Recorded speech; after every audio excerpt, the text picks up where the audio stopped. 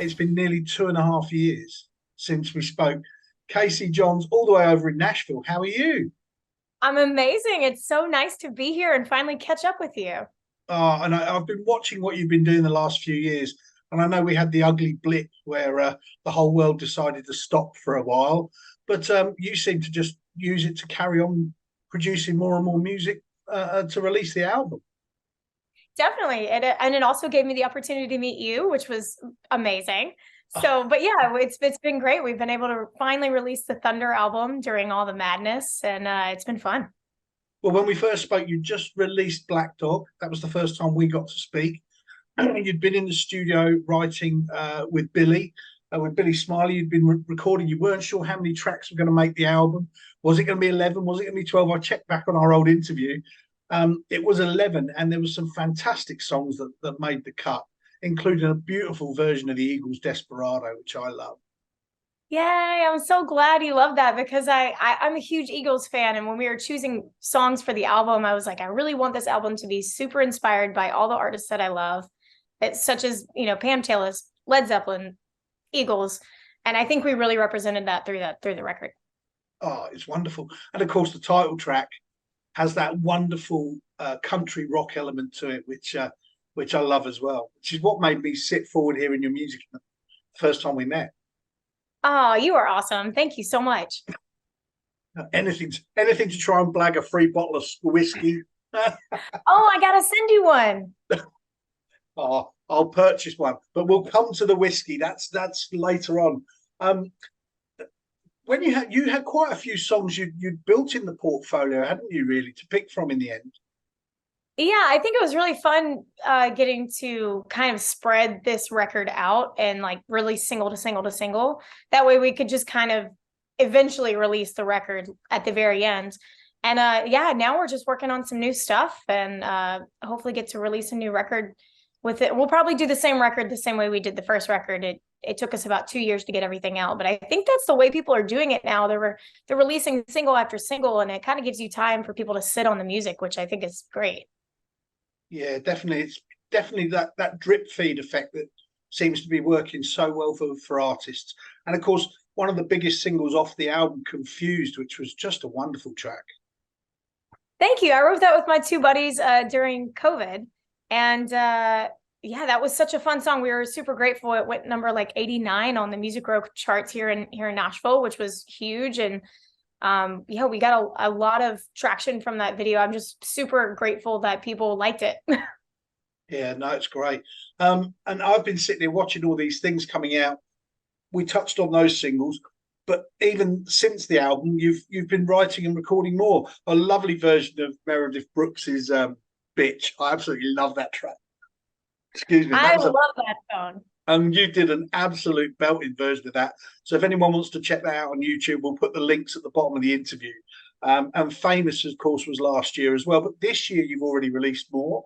And it's a wonderful track, Dodging Bullets. Yeah, Dodging Bullets was almost completely different than some of the releases we had put out. And that was kind of the direction that I definitely want to go in with the new record we're going to work on, more like rock and roll influence style, but keep with my country roots and maybe add some pedal steel and a lot of the stuff we're doing. So, but Dodging Bullets was super fun. We've been doing a lot of rock and roll out on the road. So I really wanted, our last single to be super rock and roll and just super upbeat and fun. Well, that's something you've just touched on, being out on the road. It's something I constantly see on your social media. How do you get time to even sit down for 5 minutes to write? And secondly, record, because you seem to be out and about every week. Yeah, what's funny is this year we've actually had to schedule time to write. Usually before, especially during COVID, we had so much time that we could just knock songs out, for a year or two at a time. But now I'm like, oh gosh, I need to schedule like 2 hours out of my day just to write. That's a nice problem to have. I hope so. Yeah, yeah. So how is it going creatively for you? Are you still finding it quite an easy process? Do you still sit down with Billy to write, or do you find it's just bubbling out of you? A little bit of everything. It's been really fun to write with the guys out on the road because, Tim Baumgartner is my guitar player, and we wrote Confused together. We wrote a bunch of different tunes together from the Thunder record. And then actually coming back into Nashville, I'll usually have a couple of days off, and Billy and I are able to get together and try to write some music for the next record. But yeah, it's been really fun. I think that even through the busy schedule, we're still finding that time to still create and still make music.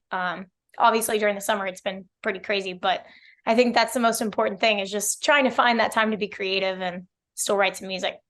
Yeah, I think a lot of us music reviewers were a little bit worried that with COVID, everything that was going to come out was going to be all sort of down in the gloomy dumps.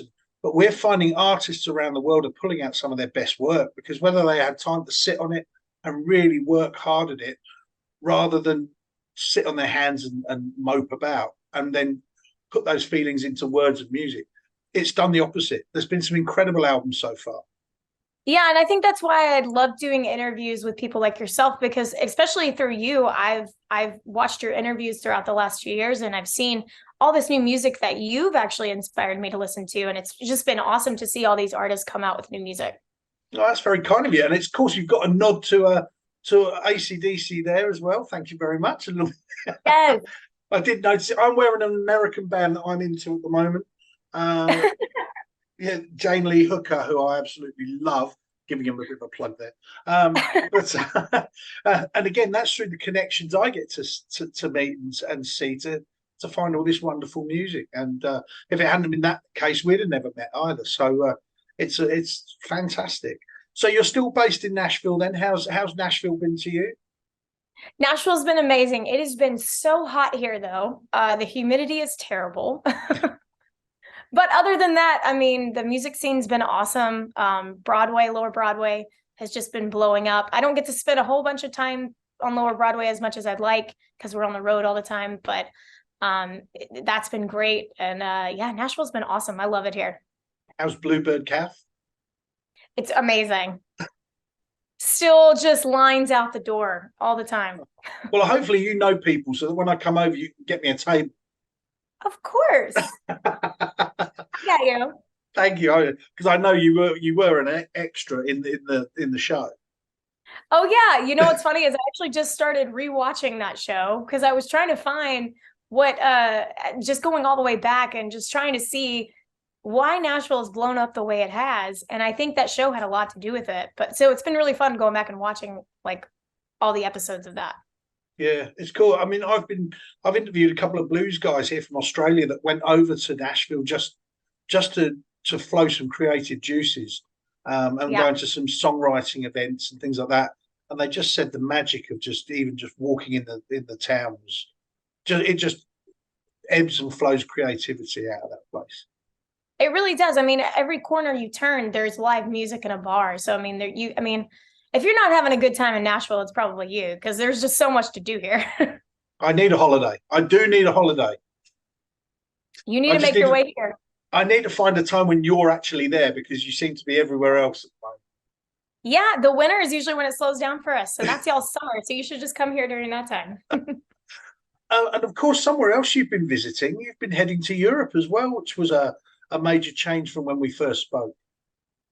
Huge change. I had never been to Norway before, and we met a guy in Nashville, and he asked us, he was like, how do we get you to Norway, and how do we get you to come play? So we had conversations with him for a while, and he flew us out there. We did some shows, and it ended up just being really, really well. They love country music over there. So it's been really fun to make some new Norwegian friends and just kind of learn their culture. And but yeah, it's been a blast.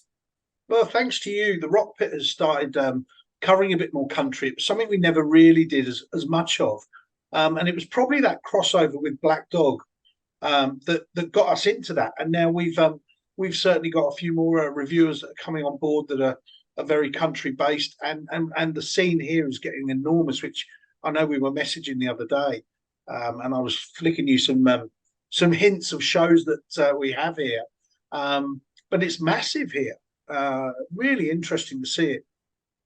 Oh man, it was so cool. The festivals and stuff that you were sending me, I did not realize, because I guess I didn't realize how big country music was over there, but I started researching all these festivals that you were sending me, and I was like, dang, like, I mean, country music's pretty big over there as well. Yeah, definitely. I think it's that outback ranger kind of Wild West that we have here in a slightly different light than the American version. But it's definitely here that the cattle musters and all that sort of stuff, and they seem to love it. I need to get into a few more of these festivals.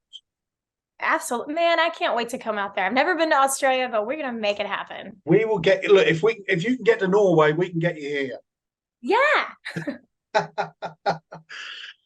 So obviously, when you're out and about on the road, you're obviously got a little bit of time on your hands. What sort of music have you been listening to lately? Anything that's been brushing your fancy? Yeah, so we just recently played the Highway 30 festivals, and there was one out in Idaho, and we're doing the one out in Fort Worth this year. And they have definitely introduced me to a whole different side of music that I wasn't even, I was familiar with, but I didn't really spend a whole lot of time listening to. So like Muscadine Bloodline and Turnpike Troubadours and Sierra Farrell, Nikki Lane, like a whole different type of genre of music that I just haven't listened to yet. So I've been listening to a lot of that kind of stuff. That's cool. There's so much out there. There's my beloved signed Kenny Wayne Shepherd poster. I'm a big fan of Kenny Wayne. Oh, I need one of those. Yeah, yeah, I got right the there pleasure to see you. Place this artwork. You've got some fantastic artwork around that place. My big old poster, it came with my apartment. So But it hides the cracks on the wall. No one will ever know. exactly. Saves decorating. You haven't got time to decorate your songwriting. I know, but I like your wall though. That's pretty awesome. I want my wall to look like that. It's getting there. It just needs a signed Casey Johns poster on there and it'll be finished. I still haven't sent you one. No. Okay, well, we're gonna make that happen. That's because I haven't been on your merch shop and bought one yet. I need to get in them supply. We always push about supporting musicians, and it's just as important anywhere in the world. So I will jump on there this weekend and purchase something. Oh no, I can just send you along with a bottle of whiskey as well. Oh, well, now let's talk about the whiskey because there's been a little bit of movement on the social media and across the World Wide Web that there's Thunder Whiskey has hit the shelves. Yeah, it's been so cool to actually like promote that. I loved being a part of that whole process. I got to choose the flavor, choose the design, and Cali Distillery has just been amazing to work with. And they've already gone through like 2 to 3 barrels of whiskey since August 1st. And so it's been amazing to watch them kind of promote the whiskey and help me with all that and that whole process. That's fantastic. I saw the t-shirts and then the labels look incredible. Thank you. I liked the crisscross guitar. Someone sent me that design and I was like, oh, that's the one. It just looks so rustic and old Wild West kind of. You could just be in some saloon bar and that it slid along the bar and you catch it and you pour yourself a couple of shots. Yeah, and I think that's a lot of the reason why I went with that design is because it looked like that. Like my granddaddy has, he loves whiskey and he doesn't drink it as often as he would like, I'm sure, but it's been really fun to he drinks that old whiskey, like old Forester and stuff that it's just super, super old whiskey. So looking at those designs, I was like, this is the type of whiskey that I want to do is like a real old West type design. So I think that's pretty much what it represents, which is great. And in a day and age of today where music is so hard to get out there and have that sort of little cutting edge on things, if you can grab a little brand like that to help push the music as well, it's every artist needs a little hand somewhere along the way. Totally agree. Absolutely. You just need to pick a whiskey drinking song now that will go with one of your songs. So it'll. Yeah. We got whiskey breaks, so that'll work. Perfect. Absolutely perfect. So what's the rest of the week looking like for you? Have you got a busy week ahead with shows or are you relaxing or? Definitely. So we just took the red eye back from Seattle. We just played some shows out there. And now we're headed to Wisconsin this weekend. And then next week, we're actually going to do some shows in Nashville, which is going to be great because we don't get to spend a whole lot of time here. And then after that, we go to Pennsylvania, we go to New York, we go back to Norway. So we've got a huge schedule this year. You're missing Australia in that list. We'll have to work on that. I don't like it. I don't like it at all.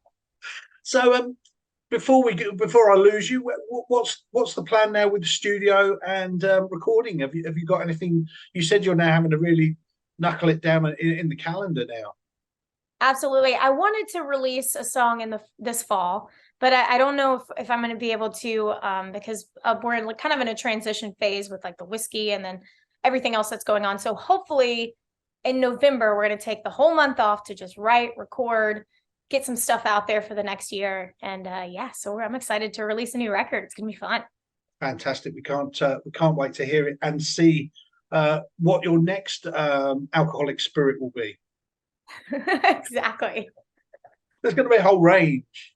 Oh, I hope so. I want to do like a new whiskey collection every time we release a record. That'll be fantastic. And I'll tell you what, if it's selling as well as it is now, I'm sure he's going to want to jump on when there's a next album. Absolutely, yes. Well, I'm going to send you one for sure. Oh, that'd be lovely. But listen, we're going to make sure that all the links to your socials are at the bottom here. Scrolling past, my WizKid editor will do that for us.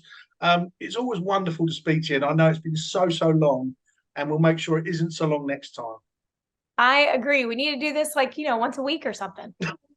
Like shows, recording, writing. I don't think you're going to fit me in, but once a fortnight will do.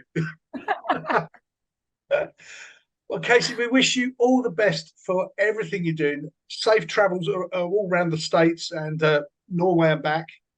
And we definitely would love to see you down here at some point. So we'll certainly try and talk to some people to see if we can make it happen. Heck yes. I can't wait. That would be awesome. Thank you so much for having me back on the Rockpit. It's always great to have you. And just keep sending us all your news and music. And I know our readers love to catch up and see what's going on with you. So thank you ever so much. Absolutely. Thank you. Take care.